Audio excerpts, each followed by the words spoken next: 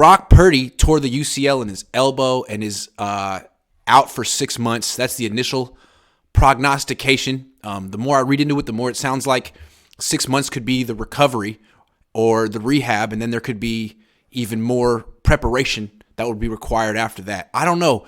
Do you think he'll be ready to go next season? What's the fallout of this news in your mind? Oh man, it's a huge bummer. One, I would say it's so interesting to me. One, how they protect the quarterback, protect the quarterback, protect the quarterback, but you want to rip the quarterback's arm out of his socket in the middle of his throw.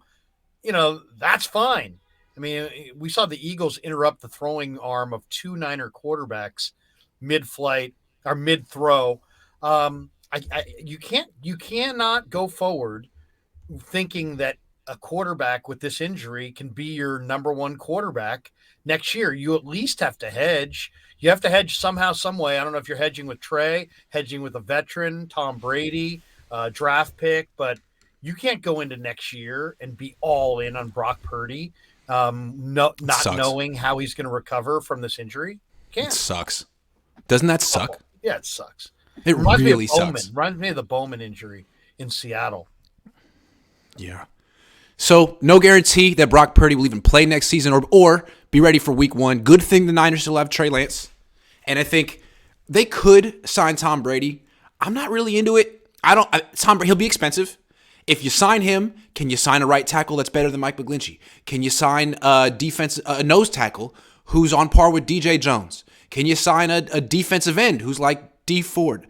Otherwise, you're still going to get beat in the trenches by the Eagles if you face them in the NFC Championship game. And what's Brady going to do? Throw a bunch of checkdowns at 46 years old? I don't know that that's necessarily the Trump move for the 49ers.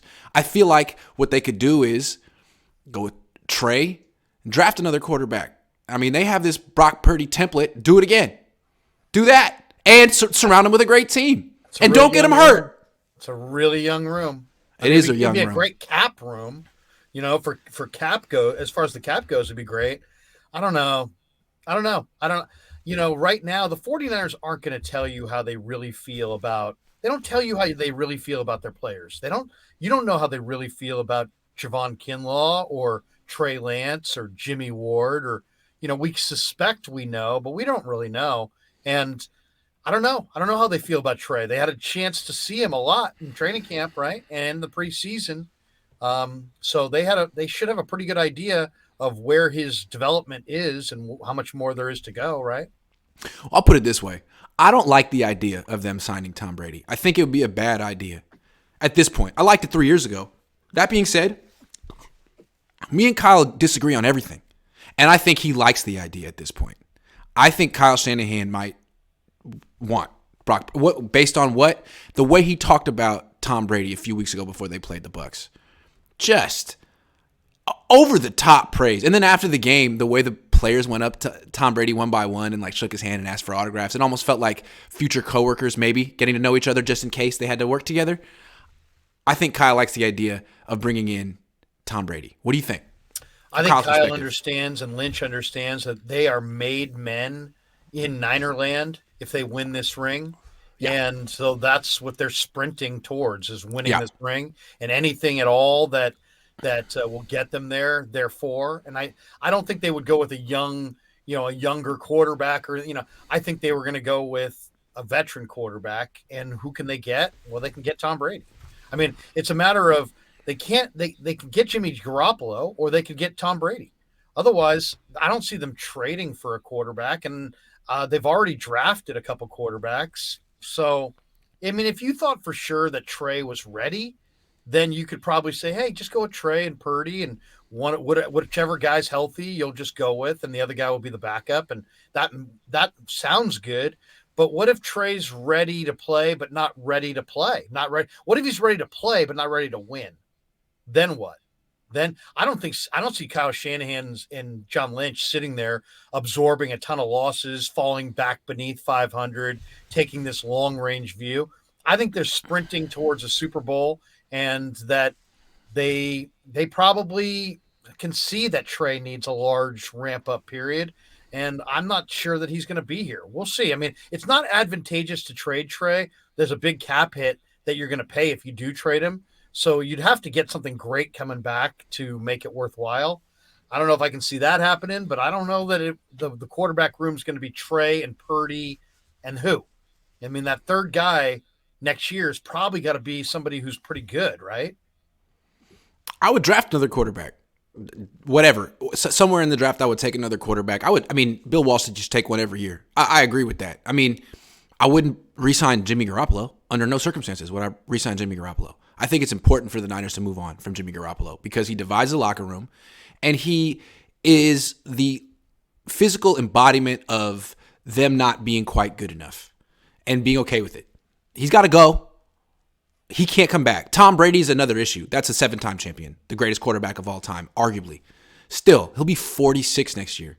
And I'm not. I still. If you put Brady on this team with the same offensive line and put him in the NFC Championship against the Eagles at 46, I could get bad. Yeah. That could be the end of his. I don't want to say it, but you know what I'm saying. It could be really bad. We saw what happened to Brock Purdy. It's a violent game. Yeah.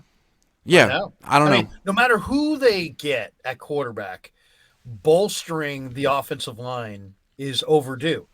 If Solomon Thomas wasn't such a freaking bust, they probably don't draft Javon Kinlaw.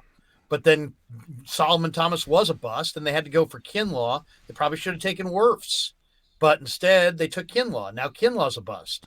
So I mean, they're in a tough spot. They've drafted inconsistently, and because of it, they've had to redraft. They've had to draft for needs multiple times, and they've ignored their offensive line to the point where their offensive line is not good enough. It's not awful, but it's just not good enough. Their offensive line and defensive line were exposed against Philly because we were thinking about those lines at those groups as really good, particularly the defensive line. But what they are, it's Trent Williams and some guys, and it's Nick Bosa and some guys. That's what it is. And then you look at Philly, Philly is deep on the D-line. Philly has the best center, the best right tackle, a couple good guards, and a decent left tackle. The Niners, you got to be better than Jake Brendel at center. Brendel was, I know he was a Pro Bowl alternate, but you saw the difference between him and Jason Kelsey. You got to be better than Mike McGlinchey at right tackle. I'm cool with Burford. I'm cool with Banks. Trent Williams is great, but center and right tackle, you got to be able to do better than those two guys. I agree. Those are backups. They didn't move anybody out of the hole all year at the center spot, and McGlinchey is not as bad as the internet makes you think because he's serviceable. Had some bad moments. Yeah. Some really bad moments where he's lost a play. Viral. Viral.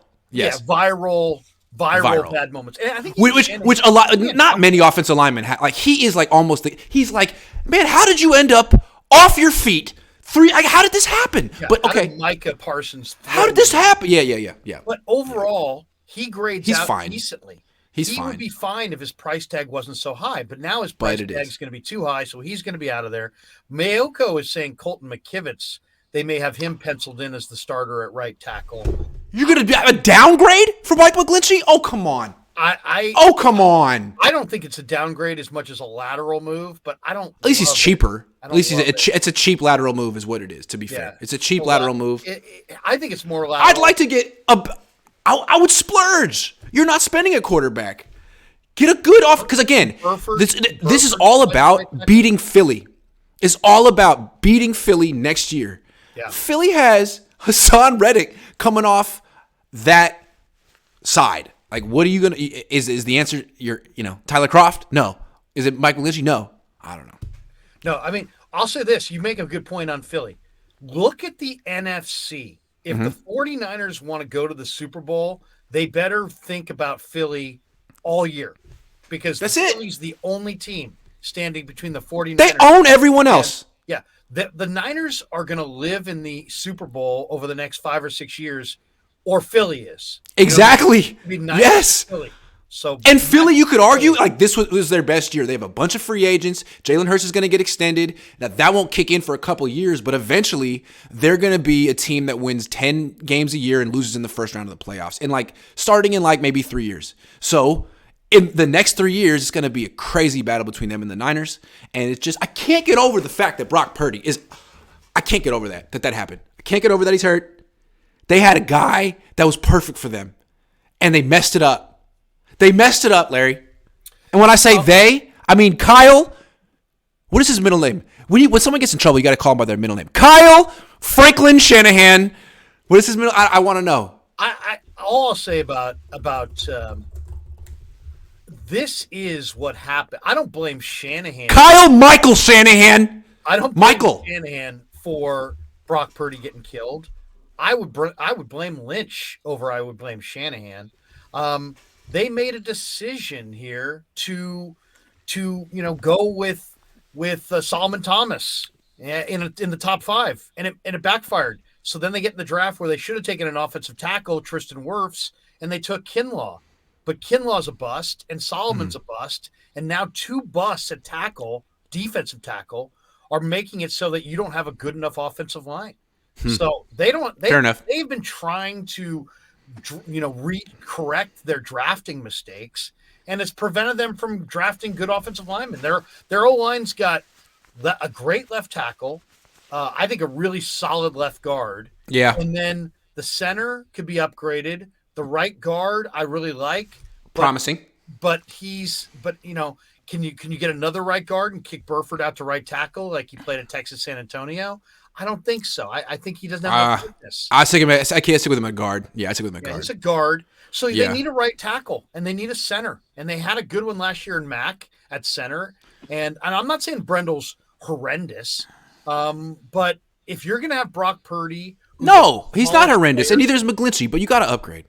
They've got to get 2 really good offensive linemen in this offseason. Because otherwise, if you don't change your offense, if you just swap out McGlinchey for McKivitz, you're still going to get owned by the Eagles in the NFC Championship game in the line of scrimmage. Like, that's not going to tip the scales. You got to tip the scales here because say what you want about the quarterback position. You got whooped in the trenches. In the trenches. But I blame Lynch more for not having the players than I have like Shane. It doesn't bother me that Croft was left to block Son Reddick. That sometimes happens in the play action game where you're going to ask a guy to block somebody who's better than him. And if he had whiffed, he would have whiffed inside. He did what he's coached to do on that play, which is block, release him to the outside if you have to, but don't release him to the inside. If you're going to fall off the block, make sure he falls off to the outside. He did. Purdy held the ball a little too long there. And you've got to know that you've got Croft on Reddick. You have to know that.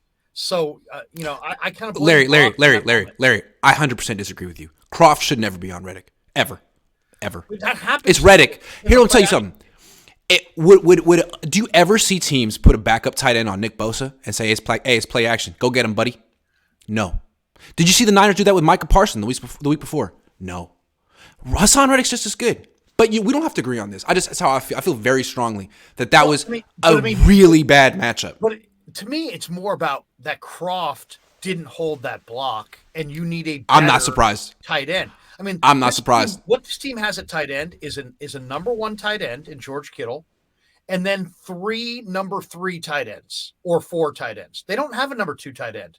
They need a number 2 tight end. That's one of their needs. And if you're going to run play action, and you're going to use your tight end as much, and you're going to go 2 tight ends as much as you got to be better than Croft. Got to be better than Croft. Got to be better than what they got. I'm with you on that. Did you see the quote that Reddick had after the game about this play? You see that? No. Someone asked him, "Hey, what were you thinking when you saw Tyler Croft between you and Brock Purdy?" He said, "Oh man, really bad things." That's what he said. Yeah. Sorry. He's had a great year. He's really good. And the Niners hadn't faced him yet, and he really wrecked that game like in the first quarter. Hassan Reddick, good player. Awesome. But but once again, though, okay, and this is not sour grapes or crying about anything. But if you're going to be the NFL and you really are going to take care of quarterbacks to the point where you can't bounce on them, you can't hit them in the head, you can't go beneath the knee, you might as well add you can't dislocate their elbow on their throwing motion. I mean, seriously.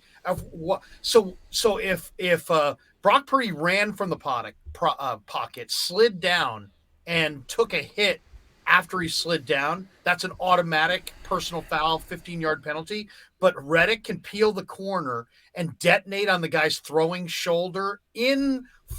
As he's throwing it, he can pull the guy's arm back, literally pull the arm out of the socket if you want, and that's not a penalty.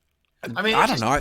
Don't you see defensive linemen put their hands up every play? Taking care of the quarterback. Are we taking care of the quarterback? If we're taking care of the quarterback, let's take care of the quarterback. If we're Kyle is it? Kyle sure is it. Is Kyle's going to say, hey, I need a rule change to take care of the quarterback because I can't do it. And I don't feel like doing it. Change the rules. I don't know. I don't know. I'm just mad that Brock Purdy's hurt. We're going to talk about Kyle next. Let's answer some questions. There's also going to be, the NFL's going to, that rule's coming. They're going to bring back the third quarterback. They are. As a direct result of this game. Yeah, it's crazy. It's like, Kyle, they have to change rules for you.